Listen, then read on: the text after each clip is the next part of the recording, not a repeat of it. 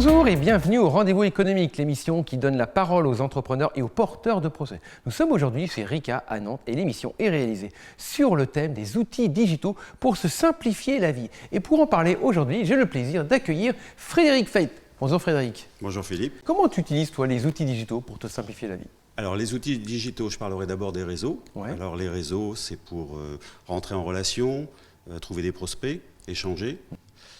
Après les calendriers, tous ces calendriers connectés qu'on peut avoir, mais qui facilitent la vie au quotidien, qui permettent d'avoir une gestion complète de son temps, une gestion facilitée.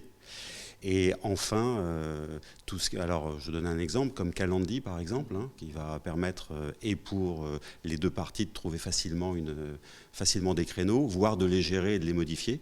C'est possible d'être épanoui justement sur le plan professionnel et personnel avec les outils digitaux ? Je le pense sincèrement, oui. Il faut voir le bon côté facilitateur, pas en devenir esclave. Mais rester maître en fait de son activité, voilà. Alors comment arriver à rester maître de son activité ? Comment justement trouver le bon équilibre sur le plan professionnel et personnel ? En alignant sa vision et ses objectifs, tant personnels que professionnels, c'est en pouvant prendre du recul, le pas de côté, envisager les choses plus sereinement et poser des jalons pour pouvoir avoir des repères précis, un programme dans le temps, et une vision un peu détachée pour souvent pointer du doigt des choses qu'on n'a pas le temps de voir au quotidien parce que la prise de recul est très difficile. L'objectif, c'est d'accompagner les dirigeants à reconsidérer leur situation, leur point de vue, leurs interactions par rapport à leur écosystème, leur environnement, et puis faire émerger des solutions qui vont répondre à leurs attentes. En fait, c'est d'oser, de vouloir changer. Et quand on a cette volonté, avoir une vision extérieure, c'est souvent la meilleure décision à prendre. Tu aides justement les entrepreneurs à avoir une vision. De quelle manière tu les aides pour avoir cette vision extérieure ? Alors je dirais on va travailler pour se mettre en situation de réfléchir et d'avancer sur l'entreprise et pas de travailler uniquement dans l'entreprise. Est-ce que tu as un succès à nous raconter ?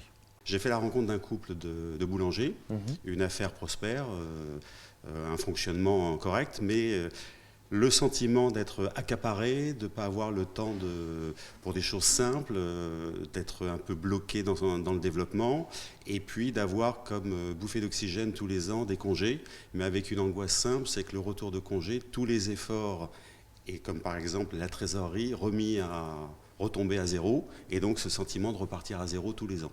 Voilà. Donc je les ai accompagnés sur un programme d'1 an, à travailler sur la prise de décision, l'optimisation du temps, se fixer des bons objectifs, gérer plus facilement les priorités.